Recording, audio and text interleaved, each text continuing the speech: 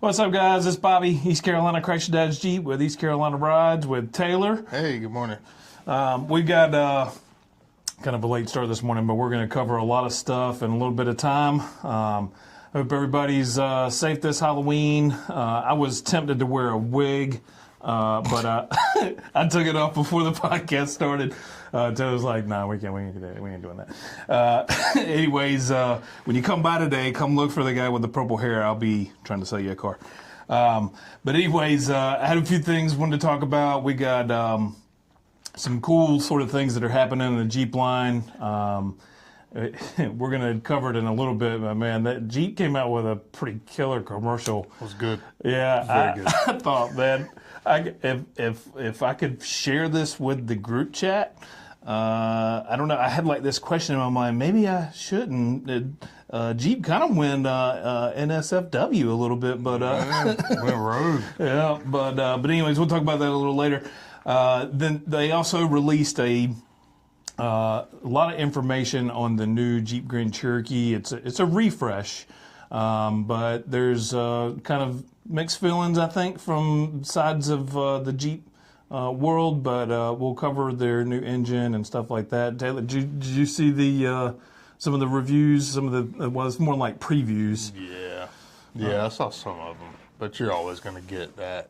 Some people love it, some people hate it. Yeah. Type of thing with just about everything. It's anytime you get something new, there's going to be some flack. But the big thing that wanted to cover is it's our last day of the month. So if you're in the market, come the see day. us. We got about 6 more cars I think we need. Yep. I'm gonna post this early so that we get it out there, and maybe folks will understand the urgency of being able to take care of the deal today, because when it's last day of the month, get your best opportunity for a deal. And we're trying to close in on some numbers that we expected to have a little bit longer of a month, but we kind of got surprised. So the car business is always throwing you curveballs, and we got through one earlier this week. But it's one of those things, you maintain your composure and you Keep pushing. keep on trucking. Keep getting. So one thing I wanted to address, and I think probably a lot of people are on the fence about buying a car because of a couple things. One thing being rates and that sort of thing. I know rates is I don't know. It's kind of difficult to talk about because they're not great. You know, No. the rates are getting better, but But it just cut them again this week, so. did they? Yeah, they did, yeah. There was another, I think it was like, I can't remember if it was a quarter or 3/4. I can't remember, but they did cut them again this week. Awesome. Yeah, see, that's something that I don't think a lot of consumers are aware of, is that it's finally softening a little bit. And when I talk to people about rates, I try not to give people rates because I can't speak for the bank. Right. You know, until we pull credit and do all that kind of thing, we're taking a guess at what maybe a bank could do. But I wanted to point out to folks that are shopping for cars that, you know, you're not married to that rate. If it does get better, you know, Always refinance. yeah, refinance. You know, you can keep your car and reduce your rate, and you got to make your payments on time. You know, Yeah. you got to do the normal stuff, keep your credit up. Yep. But that rate is not necessarily a for the whole term type of deal. You can refinance, and so just wanted to put that out there. If you're waiting, just because of rates, it's not going to be like an overnight change with, you know, the federal rate dropping. So Right. or the prime rate, I guess you'd call it. Yeah. So, but moving on, that's just a little customer tidbit. We're going to cover a lot of stuff. So, have you got anything going on today? Dead in the water. Last week I was busy. When we talked today, I will be doing a lot of cleanup stuff. What about you? Yeah, I had to come in a little bit yesterday. It's my day off, but it's the second to last day of the month. I wanted to try to prepare to have a little something going on today. So I did my cleanup yesterday. Today I got an appointment, and I'm hoping to close a couple deals that, for folks that know they got to do it by the end of the day. So just going to try to wrap things up as strong as we can, and then again tomorrow is first day of the month. So Yee. go from hero to zero. Which is also a good time to buy too. The first of Yeah. the month is also a good time to buy. Yep, we're But trying it's to. not as good as the last day of the month. Yeah, we're always trying to start that momentum strong. And well, what was it? A couple months ago, we started saying every day is the last day of the month. Yeah. Yeah, they say that. But Yeah. then whenever you take a deal up there and then they don't make it happen, and then the last week of the month, they're like, bring me all the deals that we couldn't get done a couple of weeks ago. Right. Yeah. It never fails. Never fails. Yeah, You know, yeah. Just as a salesperson, we deal with that pretty frequently. Frequently, But we But yes, every day is the last day. yeah, of the that's month. right. Come and see us It's tomorrow. a mentality thing, really. Yeah, you know. that's what it is. So when we're talking about closing deals and that sort of thing, I know last time we kind of ended on tips for new salespeople, but have you thought any new tips for salespeople that are coming into the business? Anything that? Man, I would say be like what Bruce Lee used to say, be like water. Like just be able to mold and be able to change. Like I know some people come in and they feel like they've got it figured out, and they know, like, I've noticed a couple of the salesmen that we have come in and they're just like pretty much with the mentality of, oh, I already know this. I already know this. Yeah. It took me a year before I scratched the surface of how to no doubt. sell a car. Yeah, you got to remain humble. Yeah, I mean, you it got to took have a long confidence. time. Confidence is Confidence, key. yeah, but like it's the it's- difference between confidence and cockiness, I guess. Right. I don't. No doubt. No, you're right. That is super key. And even for people that have been in the business a long time, we got to kind of check ourselves a little bit too. Absolutely, absolutely, yeah. Because none of us know all of it. Like none of us know everything. So, Yeah. I mean, it's better to just try to, like, if somebody tries to give you advice or throw you a little tidbit here and there, because a lot of the times we're learning on the fly. Like there's no real training in the car business. Right. I mean, they give you. When I started, my manager at the time, who was like the main manager that you dealt with, was George Willis, and I think whenever he trained me, I came in Monday, and he was like, "Here's a list of all the cars that are on this lot. Go out and find all of them. Right. Touch every single car that's on this lot." And that's what I did the entire first day. Yeah. And the next day, I did the same thing because it took me 2 days to find everything. Oh, no At doubt. that point, we had probably 500 cars close to it. Yeah, wow. we had a lot. Like it was all of this, and then there was some in the back. Yeah. So that was the training that we had. Well, that goes back to Ed's typical advice of know your inventory. Know your inventory, yeah. gotta know where it's at, Yeah. you know. So, and looking back, that was actually a great training. I did the same thing. exercise, Yeah, like- my first couple days, it was searching out, Yeah, touch the inventory. matching the VIN number to the stock number. Yeah. Making sure what we got's what we got. And Yeah. that it didn't off in some person's yard two states over. Yeah. That was a big Well, thing. and it made you introduce yourself to like service department, body shop, detail. That's true. Like it made you introduce yourself to a lot of people. You found out where like what we have. Like you don't necessarily find out, where it's at. Well, yeah, you do find that, but you know what we have. Like Right. if somebody comes out looking, you're like, oh, well, I just touched that car yesterday. Now I was 21 years old. So as soon as I touched that car, I forgot it existed. Being honest, but No it doubt. is still a great exercise. Talking about the silver one or the gray Yeah, one? I don't know. But then the next day I did the same thing. So Monday and Tuesday was filled with like touching cars, like and finding out where they're at. And then at the end of Tuesday, by the close of business Tuesday, I think it was like 6 o'clock. He was like, "I need you to go in there and sit with Tommy, and Tommy's going to teach you how to fill out a prize registration." Okay. It wasn't even a credit application; it was a prize registration. Yeah. And that's what I had to figure out because funny. I started the same week that we had a sale going on, like one of those what they call go sales or circuit sales or whatever. Yeah, yeah. And so that's how I was trained up in the car business. No, I I don't even hardly see those anymore. yeah, like no, we haven't Not had here, one in. not here. It'd probably been 3 or 4 years, I think. at Longer least. than that. Yeah. I think we snuck before one in. COVID. We snuck one in before COVID, I think, and then Yeah, it was like before COVID. we tried it again, and we're like, yeah. We would have had like people walking around trying, anyways, to close for you. Yeah. Which I mean, I think the people that came knew what they were doing. They but don't like that. Yeah. Oh yeah. For me, I don't like somebody closing it. I want to be the one closing it. Yeah. If I can help it. Because I know what's going on. Yeah. Like I have more control over it. But that's kind of how I was trained up. And these guys, I mean, it's you have to do your Chrysler training and everything. Oh, yeah. But I think I don't think there's a real. Like I think it's like hands-on. Like the best way to learn is hands-on. Oh yeah. So always going to be learning too, and I mean that's something that I'm glad you pointed that out because we're always going through training. We've got to remain certified so that we can get paid by Chrysler.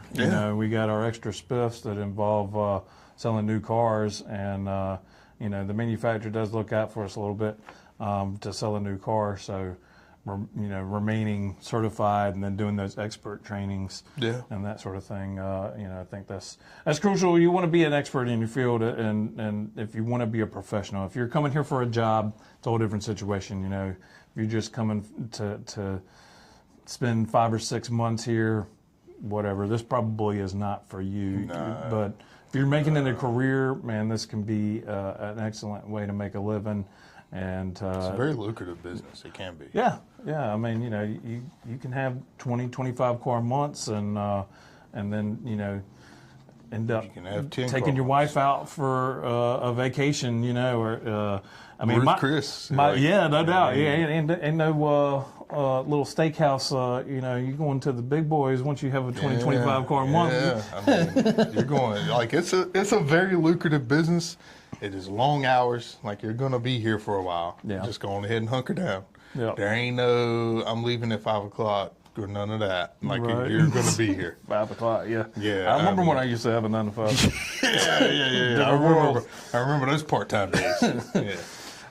So I'm gonna shift gears just because we got a lot of news to cover. I'm gonna just come right out with the commercial. Liza Schlesinger. And it's kind of the big reveal to the world. She got pretty revealing. To be honest, I didn't expect Jeep to come out with something as racy. But she is a pretty funny comedian, but she's definitely not known for her family friendliness. But yeah, they showed the new Jeep Grand Wagoneer, and they say it's for families. Yeah. Or for making Family. Yeah. families. Growing your family. The Shag wagon. what does she call it? The Grand Wagoneer. If you haven't seen the commercial, you need to watch it. Yeah, it's good. It's good. actually a pretty much a home run for Jeep as far as like engagement and get something funny, not just a reel of the car running. And but it's a great looking Jeep, and I'm excited to see it. Kind of take the nameplate that it probably should have had the whole time. It is definitely a grand vehicle. It deserves the grand name. Even since when it was a Wagoneer, they didn't even come with cloth. They only came with leather. Yeah. Heated and cooled seats are standard. So we're gonna have some changes in that product line. It's mainly fascia, but the interior, I think they're going to be changing that up and making it look a little nicer inside too. So there's only a little bit of information out there, but Jeep has put it out there that it will be available at $65,000 starting price. So that's really great news. Yeah. So another couple things in the Jeep line that we learned about. So the Jeep Grand Cherokee refresh was revealed. They had a lot of the car guys that are in the industry, go to their facilities and check them out. The biggest thing is that they are coming out with a new powertrain. So Hurricane Turbo 4, basically, if you want the upper trim levels, that is going to be the powertrain that's going to be available. So I know a lot of people are going to be like kind of in a mixed bag on that sort of thing, but turbos are just the way things have been going for years and years. And this one, I think will actually be worthy of the Hurricane name. The Hurricane has been a great engine for us so far. You know, the Wagoneer has had it since late 2021, kind of took the standard equipment line in 2022. So, you know, we'll have to see brand new stuff. You know, we're always going to see a little bit of kickback on it, but if you want the highest trim levels, you want that equipment, that's the route you're going to go. Have you watched much of it? Have you seen the new fascia as far as how it looks? What do you think about The it? Wagoneer? No, Or the Grand Cherokee. The Grand Yeah. Cherokee. No, I haven't seen much. I'll be honest. I haven't seen much. Yeah, it's an improvement, I think, as far as the fascia, but the interior, I think, will remain about like what we expect in our higher trim levels. You know, they're going to have the Summit Obsidian, you know, is the highest trim level with the black appearance group instead of the Reserve. Reserve. Yeah, they Yeah. call it Reserve. So Okay. they're going to have the names are a little bit easier to remember. You got the instead of the black appearance group for the limited, they're going to call that the altitude, limited altitude. You know, so as opposed to kind of making it hard for consumers to know, I'm going to get that black appearance group. You either get the altitude or the Obsidian, and you know you got black appearance. Right. So, but the engine is one of those things that's going to have 324 horsepower and 335 pounds per foot of torque. So it pushes more than the V6. And the technology, I read a little bit, and I try not to get too deep into the engineering aspect because ultimately most consumers don't care about that stuff, you know. No. But they've improved the way that it distributes the spark and the vehicles. It has 2 spark plugs per cylinder, and so basically what that means is it has the initial spark and the bigger spark to maximize the combustion and the fuel that's being used. Is technology from F1 racers, so they're using stuff that has ultimately been around for a while. So it's not like new technology. It's had some proven grounds in the cars that have to be on the road and not mess up. So we'll see how things go. I think that you know, one thing that people worry about when they hear about more power from a turbo is premium fuel or something like that, and this one's just going to be using regular fuel, so you don't have to at least worry when you go into those high trim levels that you got to pay the premium. But moving on from that, I know we've got kind of a busy day today, but starting in November, we're going to try to introduce some guests, and might be a little tight in here. We're kind of in a small room, but Yeah.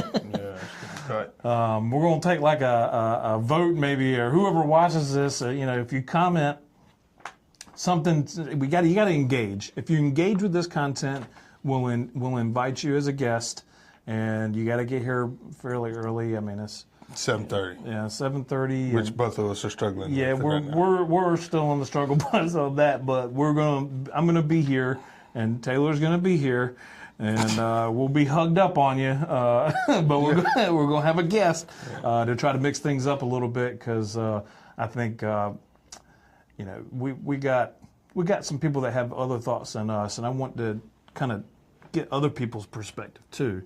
You know, maybe somebody from service will be interested enough to come in, or, you know, from the parts department or body shop. You know, they deal with a different side of the business, and we rely heavily on them. But it'd be interesting to hear what they have to say, because they're consumers too, you know. Right, yeah. You know, they're coming up to the sales department. They might have, you know, something they have questions about. And they might have advice on some of these engines, and, you know, what's good, what's, you know. So. Yep, they see a different side of the business than we do, and How often to get your oil changed and all that good stuff. yeah. Well, last couple things. I think we've got, of course, the Hemi back. We talked about that last week. You know, we've got the turbo engines in the Rams. We learned about the turbo engines coming to the Grand Cherokee. So the one thing I'm curious about is how do you feel about the manufacturer kind of gatekeeping and I hate to call it that, but gatekeeping the higher trim levels? with these engines. If you want the tungsten, for instance, You have to go with the yeah, you got to go with the high output. but you turbo. can't get the high output turbo with the Bighorn.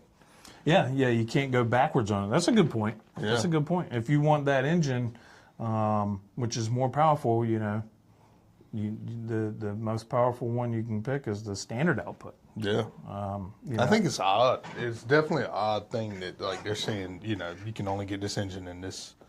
I guess it's good for like a tungsten buyer. Mm-hmm. Like this is exclusive, to just your motor or just your trim level. Mm-hmm.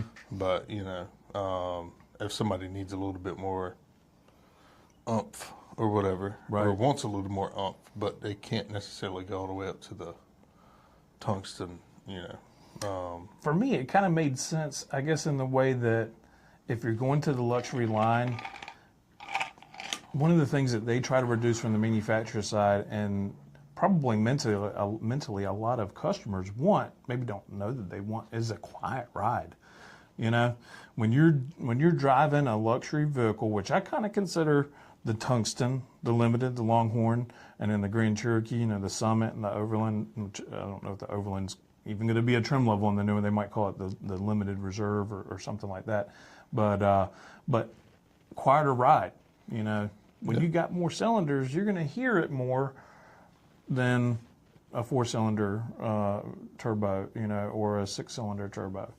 And the technology has gotten good enough on these turbos now where I don't think reliability is a big issue.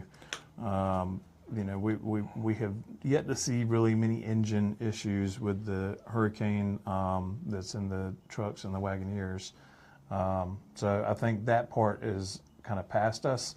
And this is something that I know some people think they're going to keep their car forever, right? Yeah. They buy it and they're like, yeah, I'm going to keep this one for 10 years. And then 6 months later, they're ready to get out of it. Yeah, it'd be, well, and I hope the cycle is, 2 or 3 years, 6 months would be great. But,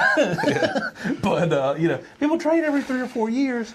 You're not going to be in there past 100,000 miles. No. And you're going to be trading every 2, 3, 4 years. And so you're never even going to get to that point where it might start getting scary where you got to come out of pocket to pay for something.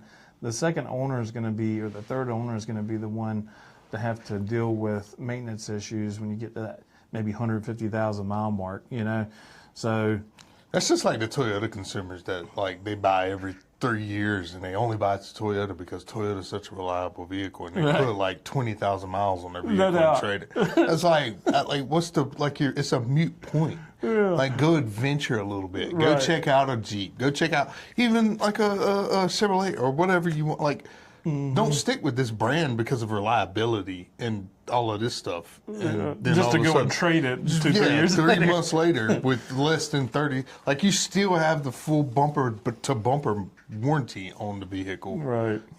Just be open-minded a little bit is what I would say to that. Yeah, that's a good point. Grow up. There's more out to life than just chicken nuggets and French fries. No, that's funny. Don't even have remote start on your Toyota. It's like when we were in high school. They gave you 2 choices. When you say grow up, it was like you had the pizza line. Yeah. And then you had everything else that was the variety. Yeah. In high school, you're like, yeah, I'm gonna have pizza every day. Go try some fried okra every now and then. You might be surprised. Yeah, you might like it. You might enjoy it just a tad bit. Expand your palate a little bit. And look, there's no commitment to come and test drive something too. We're going to be having deals today, of course, and then next month we got new rebates. But when you come in, ask for Taylor or Bobby. We'll take great care of you here at East Carolina Chrysler Dodge Jeep. Again, this is East Carolina Brides, where we try to exhibit our relationship skills, our integrity. We maintain discipline to stay excellent. We'll see you next week. Y'all have a great day. Thanks so much for watching.